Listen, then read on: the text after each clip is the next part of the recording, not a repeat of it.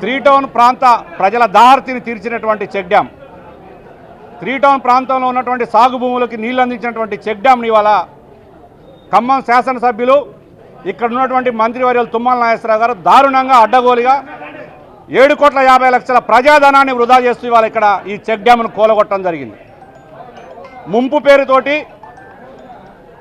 ఈనాడు తెలంగాణ రాష్ట్రంలో ఈ రాష్ట్ర ముఖ్యమంత్రి ఏ విధంగా కేసీఆర్ గారి పేరు ఆనవాళ్లు లేకుండా చేస్తానని చెప్పి ఏ విధంగా శపథాలు చేస్తూ ఉన్నాడో, మరి ఆయన చేసినటువంటి శపథాలని వారసత్వంగా అందుకున్నటువంటి తుమ్మల నాగేశ్వరరావు గారు ఖమ్మంలో ఉన్నటువంటి పువ్వాడ అజయ్ కుమార్ గారి పేరును ఆనవాళ్ళు లేకుండా చేయాలనని కంకణం కట్టుకున్నట్టు కనిపిస్తూ ఉంది. మనం చూస్తూ ఉంటే ఏళ్ల తరబడి 60 ఏళ్ళు కావస్తూ ఉంది చెక్ డ్యామ్ కట్టి పంపింగల్ రోడ్లో. అది ఇవాళ ఈ ప్రకాష్ నగర్ దగ్గర ఉన్నటువంటి చెక్ డ్యామ్ని రెండింటిని కూడా కూల్చివేసి ఈ త్రీ టౌన్ ప్రాంతంలో ఉన్నటువంటి ప్రజలకు నీళ్లు అందకోకుండా అరిగోసబడతా ఉన్నారు. ఒక పక్క వాతావరణ శాఖ ఎలినో ప్రాబ్లం ఉంది, వర్షాలు పడవు, సాగునీటికి తాగునీటికి ఇబ్బంది అవుతుందంటే ముఖ్యమంత్రి ఏమో ప్రాజెక్టులో ఉన్నటువంటి నీళ్లను రైతులకు అందించడంలో విఫలం.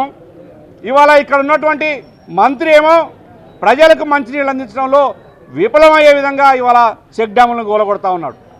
ఏదనంటే ఈ ముంపు ప్రాంతం దీనివల్లనే మునుగుతూ ఉందని చెప్పి కారణాలు చెప్తా ఉన్నారు. ఎన్నడో ఏరు వచ్చినప్పుడల్లా వరదలు వస్తూనే ఉంటాయి, ఖమ్మం ప్రజలకు తెలుసు.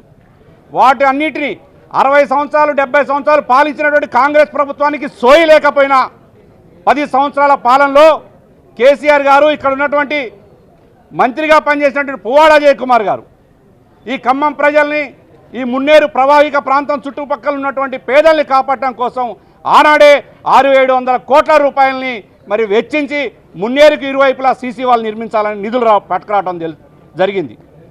మీరు తీసుకొచ్చినటువంటి నిధుల్ని సకాలంలో పని చేయించడం చేతగాక 3 సంవత్సరాలు అవుతున్నప్పటికీ నత్తనడకన పనులు సాగిస్తూ ఏం చేయాలో అర్థం కాక ప్రజా వ్యతిరేకం మనం ఏ విధంగా ఈ ప్రజల నుంచి తప్పించుకోవాలి ఈ వ్యతిరేకత నుంచి అని చెప్పి ఇవాళ కుంటి సాకుతోటి దీన్ని కూలగొడతారు. ఇవాళ త్రీ టౌన్ ప్రజలకు ఏం సమాధానం చెప్తారు? కింది స్థాయిలో తిట్టి ఆరిపోసుకుంటారు. మాకు నీళ్లు అందించినటువంటి ఈ చెక్ డ్యాముల్ని కూలగొట్టడం ఏంటి, ఇంత దారుణాన్ని కొడిగట్టడం ఏంటి అని చెప్పి మేము తుమ్మల నాగేశ్వరరావు గారిని ఒక్కటే అడుగుతా ఉన్నాం. పాలేరు నియోజకవర్గంలో ఆనాడు బీఆర్ఎస్ పార్టీలో మీరు మంత్రిగా పనిచేసినప్పుడు 90 లక్షల రూపాయలతోటి మీరు రూరల్ మండలంలో 5 బ్రిడ్జిలు కట్టారు. 5 బ్రిడ్జిలకు కూడా కింద చెక్ డ్యాములు కట్టారు. మరి ఈరోజు ఆ చెక్ డ్యాములు అడ్డం రాలేదా? వరదకి వరద ఏమన్నా ఇటు నుంచి వస్తుందా? పైనుంచే వస్తుందిగా. ఆకేరు మున్నేరు అన్నేర్లు కలుపుకొని వరద మొత్తం పైనుంచే వస్తూ ఉంది. వరద ఇటు నుంచే రావట్లే. మరి అవి కూలగొట్టుకుంటూ రావాలి కదా ముందు. తుమ్మల నాగేశ్వరరావు గారు మీరు పాలేరులో ఇవాళ పొంగులేటి శ్రీనివాసరెడ్డి గారు మంత్రిగా ఉన్నాడు. మీకు వాటిని పోయి కూలగొట్టే దమ్ముందా? కూలగొట్టురండి. ఇక్కడ ఏమీ లేదు, అడిగేవారు లేరు, ప్రశ్నించేవారు లేరు. అన్ని పార్టీలు మేమే గంప కింద గుత్తాలా కంపేసుకున్నాం, ఎవరేం మాట్లాడాలని అనే ఉద్దేశంతో ఇందాక చెప్పిన విధంగా పువ్వాడ అజయ్ కుమార్ గారు ఆనవాళ్ళు కూడా తూర్చే దానిలో జరిగినటువంటి కుట్ర ఇది. మనం చూసాం 100 సంవత్సరాలు అవుతుంది మున్నేరు మీద నాయుడుపేట దగ్గర బ్రిడ్జి కాలవడ్లో, అవతల పక్క దానవాయగూడెం చెక్ డ్యామ్, యువతల పక్క పంపింగల్ రోడ్ దగ్గర చెక్ డ్యామ్.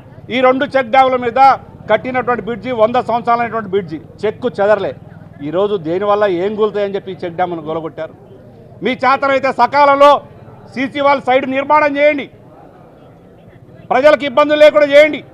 అది చేతగాక ఇవాళ తాగునీరు ఇచ్చేటువంటి డ్యాముని 7,50,00,000 ప్రజాధనాన్ని వృధా చేస్తారు. ఇక్కడ ఉన్నటువంటి శిలాపలకం ఏం చేసింది? పువ్వాడ అజయ్ కుమార్ గారు శంకుస్థాపన చేసింది, ప్రారంభోత్సవం చేసిన శిలాపలకాన్ని కూడా దూడ్చిపెట్టారు కదా. ఆ రోజు ఈ ఫ్లైఓవర్ ఏదైతే ఉందో వరదలు వస్తే అడుగున్నారా జరిగింది.